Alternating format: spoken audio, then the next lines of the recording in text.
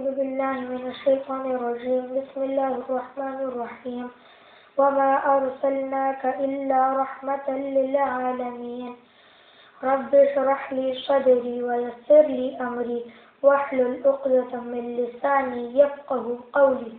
Prophet Muhammad sallallahu alayhi wasallam was born in Mecca early on a Monday morning on 9th Rabiul Awwal, more than 1400 years ago.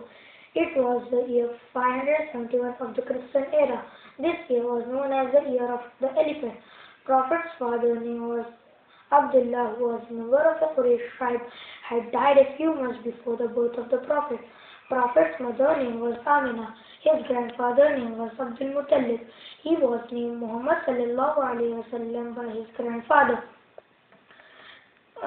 Then, as was the Arab custom, Halima Sadiya, a wet nurse, took him and nursed him for 4 years. When Muhammad sallallahu alayhi wasallam was 6 years old, his mother Amina took him to visit her relatives in Medina, where they stayed for a month. On the journey back to Makkah, his mother died at a place called pbuh, where she was buried. Ayman, who was traveling with him, took him back to Makkah. After his mother's death, Muhammad sallallahu alaihi wasallam was brought up by his grandfather Abdul Muttalib. But when Muhammad sallallahu alaihi wasallam was only 8 years, his grandfather also died. After the death of his grandfather, Muhammad sallallahu alaihi wasallam was brought up by his uncle Abu Talib. Abu Talib, not being rich, had to work very hard. Muhammad sallallahu alaihi wasallam also worked and helped Abu Talib in many ways. Abu Talib was a merchant and at times went to Syria for business.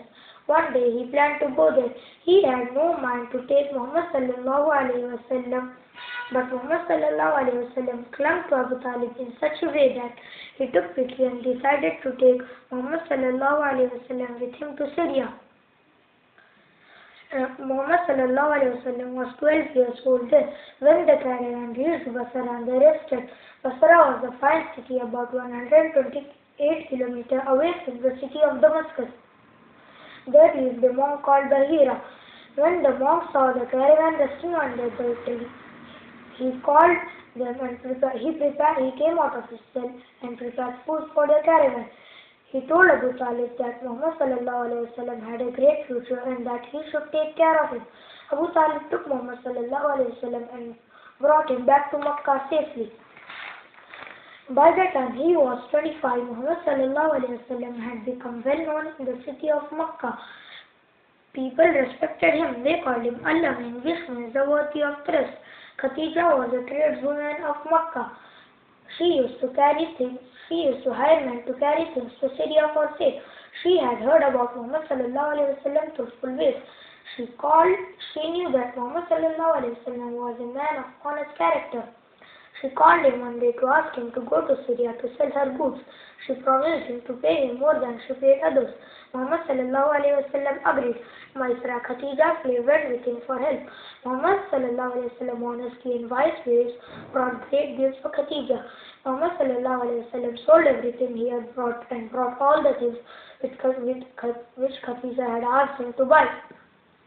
On the journey back to Makkah, Maisra told about the trip to Khadija. He told her how gentle Muhammad sallallahu alaihi wasallam had been and how honest Muhammad sallallahu alaihi wasallam was. Khadija was greatly impressed. Khadija, who had refused the offers of marriage of many of the noblemen of Makkah and decided to marry Muhammad sallallahu alaihi wasallam, and he married her. This marriage brought great happiness to both of them. Khadija gave him daughters as well as sons. She was the mother of all the children of our Prophet Muhammad sallallahu alaihi wasallam except Ibrahim. Besides 3 sons, Prophet Muhammad sallallahu alaihi wasallam had 4 daughters. The sons died young.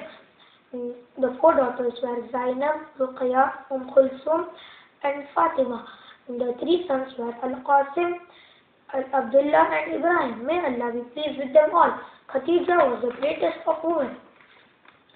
When Prophet Muhammad sallallahu alaihi wasallam was about 35 years old, the Quraysh took in hand the rebuilding of Kaaba. The oldest praying house on earth built by Prophet Ibrahim was damaged by flood.